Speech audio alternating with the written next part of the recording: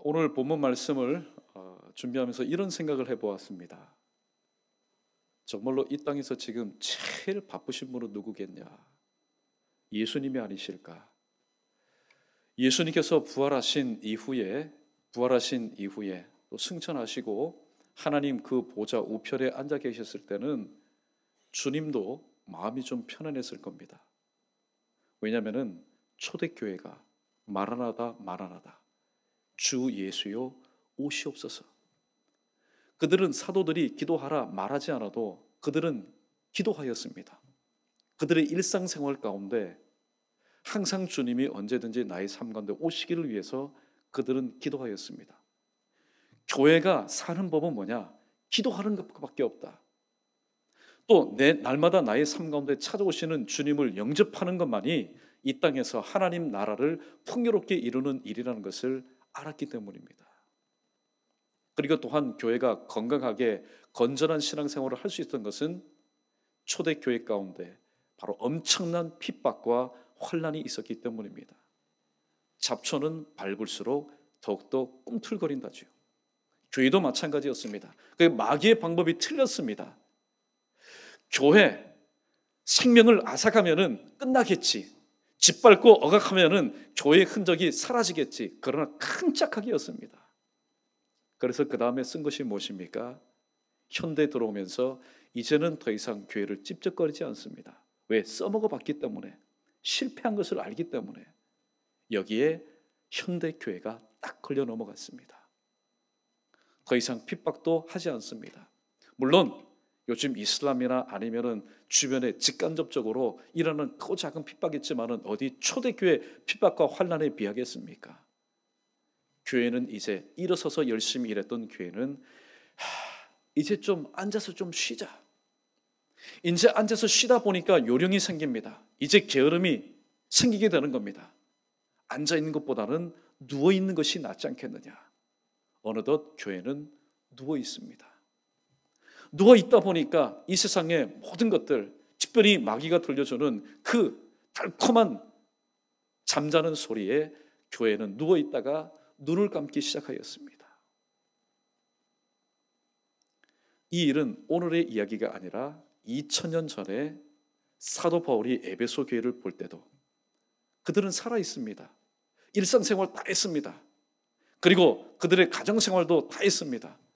그러나 사도 바울이 볼 때에, 성령 충만한 사도 바울이 볼 때에 에베소 교회 교인들은 바로 잠자는 교회와 마찬가지였습니다. 그래서 오늘 2000년 전에 에베소 교회를 향하여 주신 이 말씀, 어쩌면은 오늘 신구약 66권 가운데 이 시간에 정말로 어느 말씀이든지 여러분 귀하지 않는 말씀이 어디 있겠습니까? 그러나 오늘 우리의 현실과 대한민국의 현실을 바라보면서 오늘날 주님께서 우리에게 주시는 음성이 무엇인지를 다시 한번 바울의 입을 통해서 우리가 듣고 다시 한번 우리의 모습을 회복해야 될 줄 압니다. 이런 것을 염두에 두시고 다시 한번 본문 말씀을 우리 크게 천천히 또박또박 다시 한번 읽어보겠습니다. 14절입니다. 시작. 그러므로 이르시기를 잠자는 자여 깨어서 죽은 자들 가운데서 일어나라. 그리스도께서 너희에게 비추이시리라 하셨느니라. 아멘. 성경에 보면은 좀 난해한 그런 구절들이 있습니다. 한 번은 예수님께서 예수님을 따르는 제자에게 이런 말씀을 하신 적이 있습니다. 주님, 저로 하여금 돌아가서 아비를 장사하고 와서 주님을 따르게 해주십시오. 그때 주님이 뭐라고 말합니까? 저희는 죽은 자들이 어떻게 해요? 죽은 자들로 가서 장사하고 너는 나를 따르라, 그렇게 말합니다. 오늘 본문에 기록된 말씀 중에 잠자는 자여 깨어서 죽은 자들 가운데서 일어나라는 이 말씀 중에 죽은 자는 누굽니까? 생명이 끊어진 자가 아닙니다. 항상 하나님의 말씀은 오늘 또 생명이 있는 자를 향해서 외치는 하나님의 말씀입니다. 죽은 자를 향해서는 하나님의 말씀이 아무런 영향을 미치지 못하기 때문입니다. 그러므로 죽은 자는 살아있지만은, 호흡을 하지만은, 일상생활을 하지만은 하나님과의 관계가 깨어진 영적으로 죽은 자를 말합니다. 이 에베소 교회가 당시 세워지고 또 사역을 하던 가운데 죽은 자들이 참 많았습니다. 하나님과의 관계가 깨어진 자들이 많았습니다. 그러나 에베소 교회, 너희만큼은 예수 그리스도의 보혈로 인해서 구원받은 너희만큼은 영적으로 죽은 자들 가운데서 다시 깨어서 하나님께서 허락하신 그 교회의 사명을 감당하는 것이 옳지 않겠느냐. 바로 이런 의중을 가지고 주신 말씀입니다. 오늘 말씀을 통해서 한 세 가지 교훈을 함께 나누면서 저와 여러분, 또 우리의 가정과 또 우리의 일터와 소신 몸된 교회와 이 나라와 민족 가운데 다시 한번 말씀을 조명하여 우리가 어떻게 해야 되는지 말씀을 통해서 다시 한번 믿음의 결단을 내리는 시간을 가졌으면 좋겠습니다. 자, 첫 번째입니다. 우리 크게 한번 따라해 봅니다. 잠자고 있는 동안은, 그렇게 해가지고 잠이 깨겠습니까? 잠자고 있는 동안은 아무런 음성을 들을 수 없습니다. 하나님은 우리에게 특이한 그런 재능을 주지 않았습니다. 잠자면서도 물론 귀가 밝은 사람은 듣겠지요. 그러나 일반적으로는 잠자고 있는 동안은 아무런 소리를 들을 수가 없습니다. 잠자고 있는 동안은 경고의 음성을 들을 수가 없습니다. 또 구원의 메시지도 들을 수가 없습니다. 노아 시대 때 하나님께서 노아라는 사람을 의롭다 칭하셔서 그 시대 가운데 하나님의 메시지를 선포하였습니다. 방주 만드는 것 외에 노아가 한 일이 무엇이겠습니까? 저 동네로 내려가서 이 세상 사람들아, 이제 하나님이 이 세상을 120년 후면은 이제 홍수로 심판할 거다. 110년 후면은 심판하실 거다. 100년 후면은 심판하실 거다. 쭉쭉쭉쭉 나오다가 이제 하나님께서 1년 후면은 이 세상을 심판하실 거다. 어쩌면은 방주에 들어가기 일주일 전까지도 그 저작거리에 내려가서 하나님께서 이제 이 땅을 심판하실 것이다. 그러나 여러분, 노아 시대의 사람들 한둘이 아닙니다. 그 시대 사람들 정확하게 인구는 말할 수 없지만 수많은 사람들, 그들은 하나님의 음성을 듣지 못했습니다. 왜냐하면 그들은 영적으로 잠자고 있었기 때문에, 영적인 청각장애를 앓고 있었기 때문에 노아의 말을 미치광이의 말로 들었지 하나님의 음성으로 듣지 않았습니다. 또 소돔 시대의 사람들도 마찬가지입니다. 소돔 시대, 그 소돔 성에는 롯이라는 사람이 있었는데 롯은 의인이었다. 롯이 여러분 하나님의 양심을 가지고 그 죄악된 도성에서 살다 보니 얼마나 마음 가운데 갈등이 있었겠습니까? 갈등이 있었겠습니까? 그러나 그의 언행심사를 통해서 하나님께서 이 성을 심판하실 것이다. 그리고 심판이 내려지는 바로 그 당일날 하나님께서는 이 롯을 통해서 특별히 믿지 않았던 그 두 사위감에게 말하였지만 그들은 농담으로 여겼습니다. 왜냐하면 하나님의 음성으로 듣지 않았기 때문입니다. 특별히 야곱의 경우도 마찬가지지 않습니까? 야곱의 가정 가운데 하나님께서 자녀의 문제를 통해서 계속해서 메시지를 보냅니다. 경고의 음성을 보냅니다. 그러나 야곱은 깨닫지 못합니다. 왜 나에게만 이런 고난이 있느냐고 그저 불평하고 원망할 뿐입니다. 그러나 나중에 깨닫게 되지요. 그런데 그것도 스스로 깨닫게 되는 것이 아니라 일은 다 일어나고 자기 자신이 아무것도 할 수 없을 때 그 밤에 하나님께서 야곱에게 나타나셔서 너는 이제 일어나 베델로 올라가라. 하나님께서 베델로 올라가라고. 더 이상 내가 머물 곳은 사겜이 아니라 베델인 것을 하나님께서 깨닫게 하시기 위해서 경고의 메시지로 자녀를 통한 그런 일들을 하나님께서 허락하셨다는 겁니다.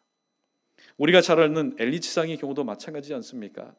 하나님께서 왜 사무엘을 부르셨을까요? 사무엘아, 사무엘아, 사무엘아. 어린 사무엘 고지곳대로 엘리 제사장이 자신을 부른 줄 알고 엘리 제사장에게로 나갑니다. 제사장님 저를 부르셨습니까? 부르셨습니까? 부르셨습니까? 아니다, 아니다. 나중에 세 번째, 하나님께서 이 아이에게 하시고자 하시는 음성이 있겠구나. 여러분, 기도한 사람이라면 왜 하나님께서 나에게 음성을 들려주지 않고 저 아이에게 음성을 들려주겠느냐? 여러분, 직감해야 됩니다. 하나님께서는 더 이상 엘리와 그의 두 자녀를 세우셨지만 그들을 패하시고 이 조그마한 아이를 세워서 이스라엘을 이끌기를 원하시는 바로 하나님의 의중을 담아서 말씀하셨건만 엘리 제사장은 눈도 어두울 뿐만 아니라 귀도 어두워서 그것을 하나님의 음성으로 듣지 못하였습니다. 우리가 잘 알고 있는 요나의 경우도 마찬가지 않습니까? 요나는 하나님의 음성으로 들었던 사람입니다. 직접 들었던 사람입니다. 그는 그것을 실천하기 싫어서, 순종하기 싫어서 그는 하나님의 음성을 들었지만은 하나님의 뜻대로 살지 않았던 사람이었습니다. 아무런 음성을 듣지 못하는 것은 조금 전에 말씀드린 것처럼 영적인 청각장애를 앓고 있기 때문입니다. 여러분, 특별히 그것이 하나님의 음성일진데 우리가 하나님의 음성을 듣지 못하면 우리의 삶 가운데 가장 큰 손해가 무엇인지 아십니까? 그것은 주님을 영접할 수가 없다는 겁니다. 예수님은 누구입니까? 부분적인 삶을 사는 우리에게 모든 것이 되시는 분, 전부이신 분, 내가 이 땅에서 질문할 수 있는 모든 질문에 유일한 정답을 가지고 계시는 분이 주님이신데 그 주님을 영접받지 못하는 손해, 이만저만한 손해가 아닙니다. 세상 사람도 말하지 않습니까? 돈을 잃어버리면 일부를 잃어버린 것이요. 예? 그 다음에 또 친구를 잃어버리면 또 생명을 잃어버리면 여러분, 그러나 정말로 우리가 이 땅에서 주님을 잃어버린 것만큼 큰 손해가 어디 있겠습니까? 주님 뜻대로 살지 못하는 이유가 바로 여기 있습니다. 주님을 내 마음에 영접하지 못하기 때문에. 영접하지 못하는 이유는 뭐냐? 주님의 음성을 듣지 못하기 때문에. 또 주님의 음성을 듣지 못하는 이유는 뭡니까? 내가 잠자고 있기 때문에. 고로 내가 잠자고 있으면은 주님의 음성을 들을 수 없고 주님의 음성을 들을 수 없으니 주님을 영접하지 못하고 주님을 영접하지 못하니 오직 나의 삶 가운데는 신앙생활을 하고 있지만은 쌓여 있는 것은 기도의 응답이 아니라 기도의 제목만 수북이 쌓여 있을 수밖에 없다라는 사실입니다. 하나님은 우리로 하여금 자꾸만 출항하라 그렇게 말씀합니다. 언덕을 떠나서 찬송가 302장에 보면은 언덕을 떠나서 저 망망한 대로 떠나라 그렇게 말씀합니다. 그러나 우리는 왜 현실 안주라는 이 항구에 계속해서 정박해 있습니까? 그는 떠나라는 그 음성을 우리가 듣지 못하기 때문입니다. 사랑하는 성도 여러분, 우리는 이 말씀에 다시 한번 우리의 모습을, 우리의 삶을 점검해 볼 필요가 있습니다. 똑같은 시간이지만은 내가 영적으로 껴있는 시간은 성삼위일체 하나님께서 왕성하게 역사하시는 시간입니다. 그러나 내가 잠자고 있는 시간은 똑같은 하나님이 우리에게 주신 물리적인 시간이지만은 내가 껴있는 시간은 성삼위일체 하나님께서 하나님 당신의 뜻을 위해서 나를 도우 삼고 왕성하게 역사하시는 시간이지만은 똑같은 시간이지만은 그 시간 내가 잠자고 있는 시간이라면은 왕성하게 역사를 하되 그 주체가 다릅니다. 하나님께서 역사하시는 시간이 아니라 마귀가 왕성하게 역사하는 시간이기 때문입니다. 결국에는 어떤 현상이 일어납니까? 하나님 세우신 몸된 교회, 연희교회, 저와 여러분이 영적인 잠을 자고 있는 때 그것이 지속되게 되면은 결국에는 하나님 세우신 몸된 연희교회 저 높이 오늘 또 펄럭펄럭이는 임마누엘의 깃발은 어느새 내려오게 되고 이카봇의 간판이 올라가게 됩니다. 여러분 이해가 되십니까? 지금까지 그래도 하나님께서 연희교회를 사랑하셔서 71년 동안 하나님께서 역사하신 것은 그래도 이 교회 가운데 보이지 않는 내가 너와 함께한다, 내가 연희교회 너희와 함께한다는 임마누엘의 깃발이 펄럭펄럭했기 때문에 연희교회는 하나님께서 살아계시고 하나님께서 주인 되시는 교회다. 마귀가 역사하지 못하였습니다. 그러나 그러한 교회가 영적인 잠을 자게 되고 기도하지 않으면 펄럭였던 그 임마누엘의 깃발은 내려오게 됩니다. 누가 내리는 겁니까? 절대로 하나님은 내리지 않습니다. 잠자고 있는 우리가 스스로 잠자고 있으므로 그 깃발을 1cm, 2cm, 1m, 2m 지상으로 끌어내립니다. 그러면은 임마누엘의 깃발이 없는 그 교회, 마귀는요 아주 멋들어진, 녹슬지도 않습니다. 주님 재림하실 때까지 반짝반짝 이른 이카봇의 간판을 멋지게 걸어두고 마음껏 역사하는 겁니다. 하나님은 잠자는 교회 촛대를 옮기신다고 계시록 2장 5절에서 에베소 교회를 향해서 말씀했습니다. 잠자는 교회 촛대는 옮겨집니다. 우리가 잘 알고 있는 에서보드 사빌라, 저 에베소 교회부터 쭉 시계 방향으로 7소아시아의 7교회를 보십시오. 물론 책망받는 교회도 있었지만은 주님께서 기뻐하시면서 자랑스러워하셨던 그런 교회도 있습니다. 한때 왕성하게 일했던 그 교회, 요즘 보십시오. 요즘 이곳이 아마 에베소 교회 터일 것이다. 교회가 사라졌습니다. 주님께서 촛대를 옮기셨기 때문입니다. 주님이 왜 촛대를 옮길까요? 끼어서 기도하고 말씀 붙잡고 하나님의 뜻대로 사는 그 교회, 절대로 하나님은 촛대를 옮기지 않습니다. 잠자고 있기 때문에 촛대를 옮기신 겁니다. 그러므로 임마누엘 깃발이 계속해서 교회 설립 100주년을 향해서 펄럭펄럭이도록 하기 위해서는 오늘도 주님께서 우리에게 주신 이 하나님의 음성을 듣고 다시 한번 깨어서 왕성하게 일어나 주님께서 맡겨주신 일들을 합력하여 선을 이루는 저와 여러분 우리 모두 되기를 주님의 이름으로 축원합니다. 두 번째입니다. 따라해 봅니다. 잠자고 있는 동안은 아무런 일도 할 수 없습니다. 잠자는 라인을 보십시오. 어떤 제품도 생산되지 않습니다. 아무리 좋은 시설을 가지고 있다 할지라도 그 라인이 잠자고 있으면은 조그마한 손톱만한 제품도 생산할 수가 없습니다. 방앗간도 마찬가지 않습니까? 방앗간은 좌우지간에 쿵덕쿵덕 돼야만이 보리든 밀이든 무엇이든지 빻을 수 있습니다. 그러나 방앗간이 잠자고 있으면은 어떤 곡식도 한 가루도 빻을 수가 없습니다. 잠자는 사람은 일꾼이 아니라 잠꾸러기입니다. 결국 교회가 잠자고 있으면은 부르심도 하나님의 부르심에는 후회하심이 없다고 말씀했는데 교회가 잠자고 있는 동안은 하나님의 부르심도 하나님께서 맡겨주신 그 직분도 하나님께서 맡겨주신 사역도 모든 것이 무용지물이 되고 맙니다. 오늘날 유럽교회를 한번 보십시오. 저는 유럽교회를 향해서 정죄하고 싶은 마음은 손톱만큼도 없습니다. 왜냐하면 유럽교회를 보시면서 여러분, 야, 유럽교회 지금까지 못했느냐? 끼어서 기도하였으면 그렇지 않을 텐데 여러분 그렇게 생각하지 마십시오. 언젠가는 이 대한민국 교회도 유럽 교회의 모습을 따라갈지 모르고 유럽 교회의 모습이 언젠가는 우리의 현실이 될 수도 있기 때문입니다. 유럽 교회를 보십시오. 교회가 말씀을 붙잡지 않고 기도하지 않고 하나님을 섬기지 않고 종교다원주의라는 달콤한 그 속성인 가운데 시대의 흐름 가운데 편승하고 만문주의 상황 가운데 교회가 동화될 때에 교회는 주님이 하신 말씀처럼 맛을 잃어버린 소금이 되어서 길가에 버려져서 믿지 않는 사람들의 발에 질근질근 밟히면서 오늘 또 교회라는 이름은 가지고 있지만은 건물은 있지만은 교회 아닌 교회로 전락하고 말았습니다. 유럽 교회를 보면은 대부분 여러분 보십시오. 우리나라 교회당 마당에 옆에 이런 게 있으면은 대번에 미론 들어올 겁니다. 그렇게 할 수도 없겠지만은 그러나 유럽 교회를 보시면은 예배당 주변에 무덤이 있습니다. 심지어 어떤 교회는 예배당 이 지하에 무덤을 만들어 놓았습니다. 언제부턴가 이런 말이 현실이 되었습니다.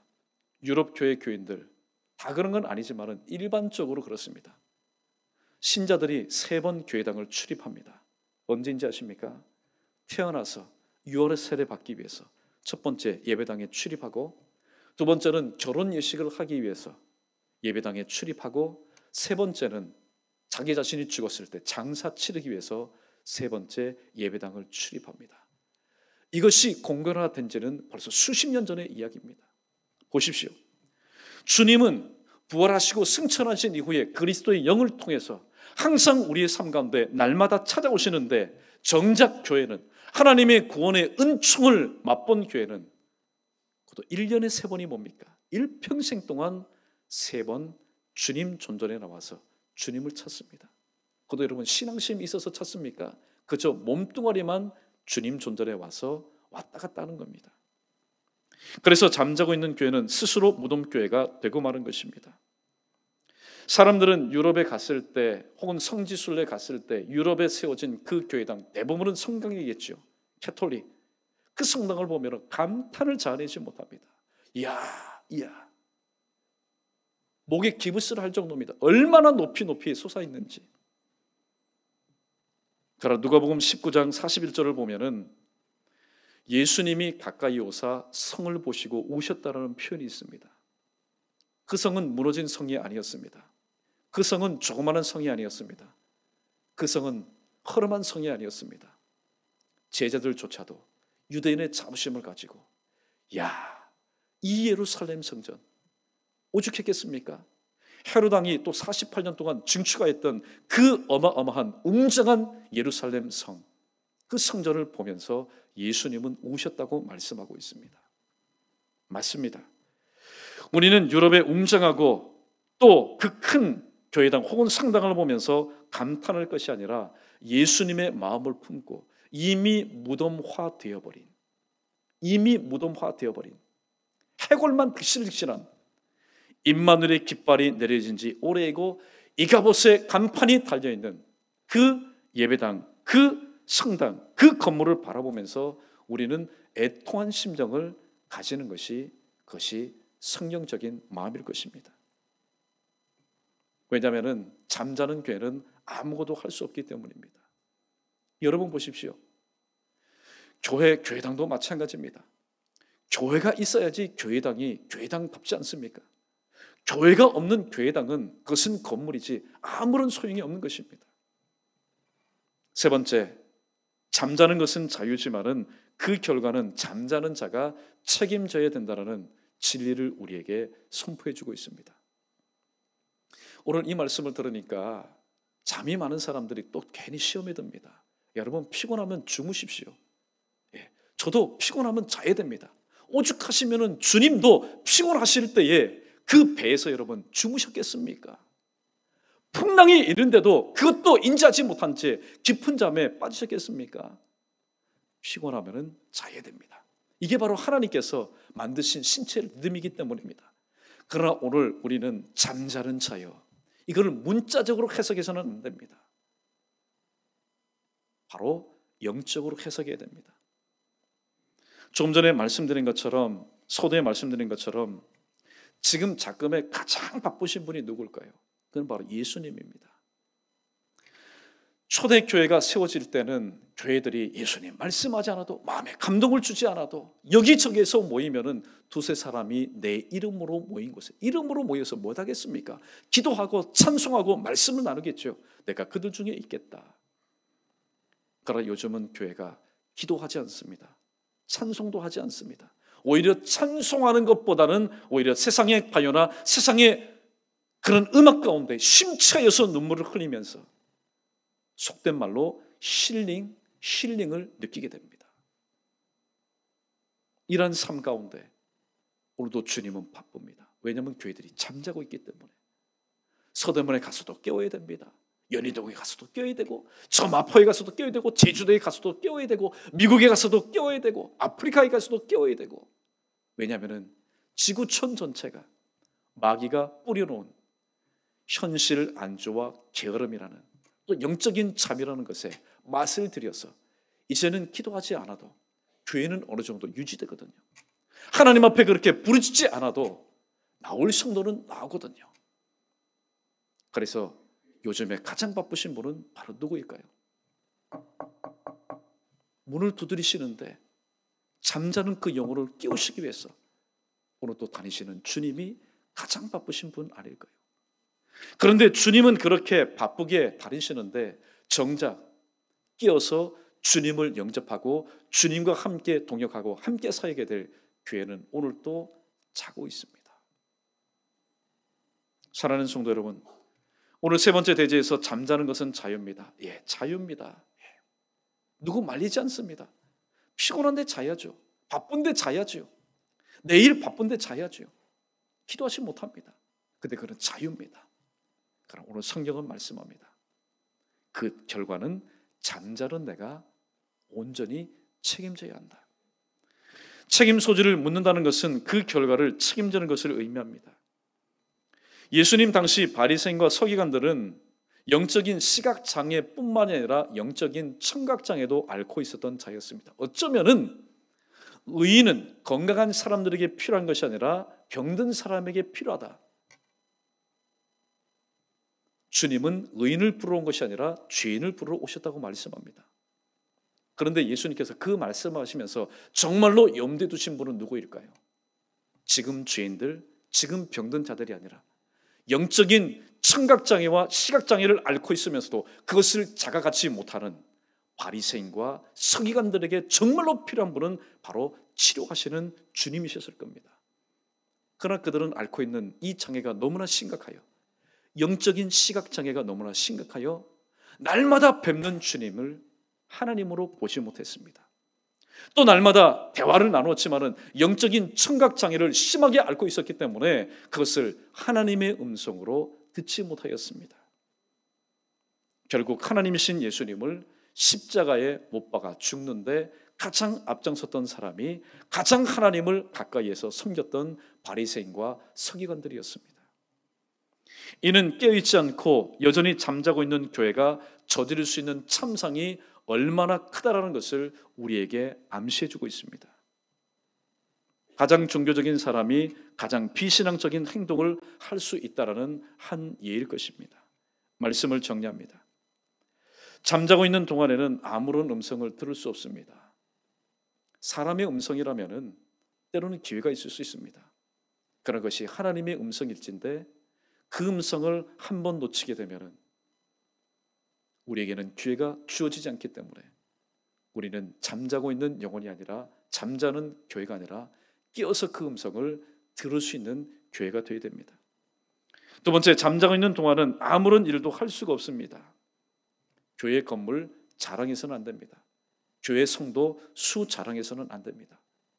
아무리 교회 건물이 웅장하고 수천 명이 모이고 재정이 철철 흘러넘치는 교회를 할지라도 그 교회가 잠자는 교회라면은 그 교회는 아무런 일을 할 수 없습니다. 하나님께서 원하시는 일을 할 수가 없습니다. 잠자는 것은 자유입니다. 그러나 그 결과는 잠자는 내가 책임져야 됩니다. 여러분, 내가 잠자고 있을 동안에 내 자신과 여러분의 가정과 여러분의 일터와 하나님께서 71년을 세우신 연희교회와 이 나라 가운데 일어날 일들에 대해서 한번 상상해 보십시오. 한번 생각해 보십시오. 이미 우리는 그 상상과 생각을 이미 우리는 이전에 직간접적으로 체험했던 바입니다. 야, 기도하지 않으니 나와 관련된 삶 가운데 이런 일들이 있었구나. 그것을 여러분 다시 우리가 재현할 필요가 있겠습니까? 그 상상이, 그 생각이 현실이 된다면은 여러분 끔찍한 일일 것입니다. 그러면 우리는 늘 깨어서 일어나야 됩니다. 우리가 늘 깨어서 일어나서 기도해야 될 성경적인 근거를 말씀드립니다. 마태복음 26장 40절에서 예수님께서 기도의 3인방에게 이렇게 마지막으로 부탁합니다. 기도하시다가 돌아보니까 잠자고 있는 겁니다. 그래서 이렇게 말씀합니다. 너희가 1시 동안도 깨어 있어 나와 함께 기도할 수 없었더냐, 그렇게 말씀하고 있습니다. 이는 바로 잠자고 있는 저와 여러분, 우리 모든 한국교회를 향해서 오늘도 주님께서 주시는 음성일 것입니다. 오늘 마지막 우리 자막에 뜬 말씀, 잠언 24장 30절로 34절에 기록된 말씀 우리 함께 읽어보겠습니다. 우리 함께 있습니다. 시작. 내가 게으른 자의 밭과 지혜 없는 자의 포도원을 지나며 본즉 가시덤불이 그 전부에 퍼졌으며 그 지면이 거친 풀로 덮였고 돌담이 무너져 있기로 내가 보고 깊이 깊었고 내가 보고 훈계를 받았노라.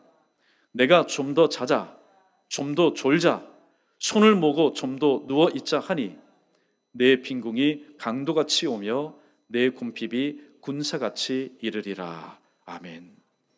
어쩌면은 잠언 24장 30절로 34절에 기록된 이 말씀의 시상, 마치 성을 보시며 오셨던 예수님의 모습이었을 겁니다. 겉으로 볼 때는 제자들조차도 유대인의 자부심을 느낄 정도로 주님 보십시오, 얼마나 웅장하고 얼마나 아름다운 성입니까? 성전입니까?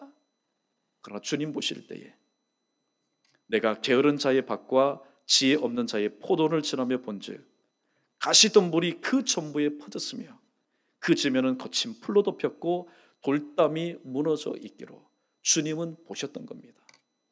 여러분, 오늘 여러분 하나님의 성전된 우리 자신의 모습과 하나님께서 만들어 주신 아름다운 가정과 또 여러분이 나가서 일하는 수고하고 땀 흘리는 일터와 주님께서 세우신 이 교회와 그리고 전쟁의 잿더미 가운데서 다시 한번 이 땅과 이 민족 가운데 기회를 주셔서 지금까지 붙들으신 이 대한민국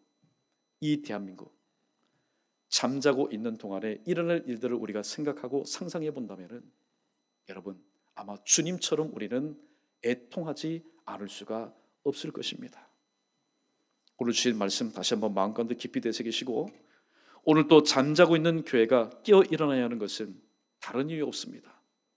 지금 주님의 재림이 점점 다가오고 계시는데 어떻게 보면은 세월이 정말로 여삼치 같은 이 시대 가운데 주님이 오늘 또 우리의 삶 가운데 찾아오셔서 문을 두드리고 계시기 때문에 우리는 늘 깨어서 오늘도 주님께서 나에게 어떤 음식을 주십니까?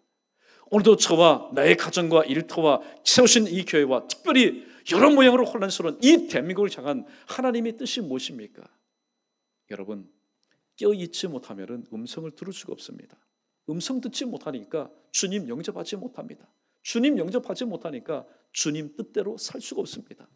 이것이 계속해서 고쳐가 되다 보면은 내 자신도 내 가정도 또 세우신 몸되는 교회도 믿음의 일터도 하나님께서 주관하신 이 대한민국도 어느새 임마누엘의 펄럭이는 깃발은 내려오게 될 것이고 이카봇에 마귀가 마음껏 역사하는 이카봇에 간판이 걸려있는 그런 장소로 변할지 모릅니다. 여러분 이미 다 때가 지난 뒤에 저 지옥에서 한 부자처럼 아브라함이여 저 나사로를 보내어서 이 땅에 있는 나의 형제 5명은 이곳에 오지 않도록 해주십시오. 여러분 저는 압니다. 이 부자가 얼마나 솔직담백하게 정말로 회개하면서 그렇게 외쳤을까요? 그러나 소용이 없는 것은 그가 이미 죽은 이미 기회의 선을 넘은 곳에서 회개했기 때문입니다. 오늘 또 저와 여러분에게 산소망이 있는 것은 저도 부족하고 여러분도 부족하고 우리 모두 못난이 아닙니까? 하나님 앞에서 문제아들 아닙니까? 그러나 저와 여러분이 오늘 또 살아있기 때문에 살아있는 자에게는 기회가 있습니다. 어떤 기회입니까? 회개의 기회입니다. 다시 한번 하나님께로 돌아갈 수 있는 기회입니다. 기도할 수 있는 기회입니다. 주님을 영접할 수 있는 기회고 주님의 음성을 들을 수 있는 기회입니다. 주님과 함께 일할 수 있는 기회가 저와 여러분에게 주어져 있습니다. 오늘 여러분이 받은 메시지 중에 가장 복된 말씀이 뭡니까?